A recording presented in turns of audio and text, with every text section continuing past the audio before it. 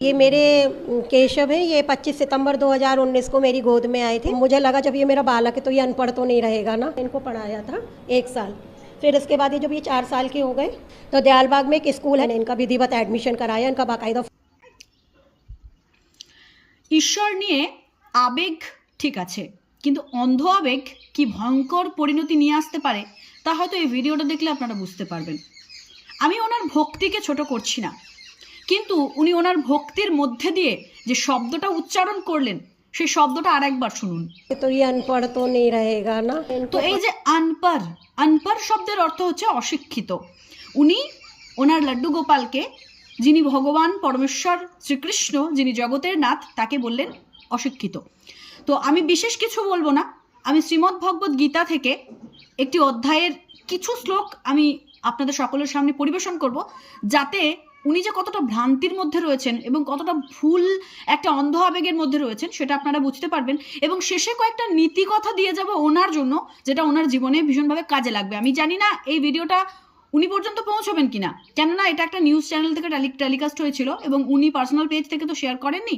তো চলুন একটু দেখি ভগবান শ্রীকৃষ্ণ শ্রীমদ্ ভগবদ্ গীতার 10ম অধ্যায়ে কি বলেছেন।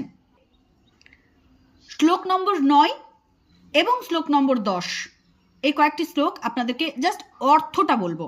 এখানে ভগবান বলছেন, আমার শুদ্ধ ভক্তদের চিন্তা ভাবনা আমার মধ্যেই বাস করে, তাদের জীবন আমার কাছে সমর্পিত হয় এবং তারা একে অপরকে আলোকিত করে এবং আমার সম্পর্কে কথোপকথন করে, পরম তৃপ্তি এবং আনন্দ লাভ করে।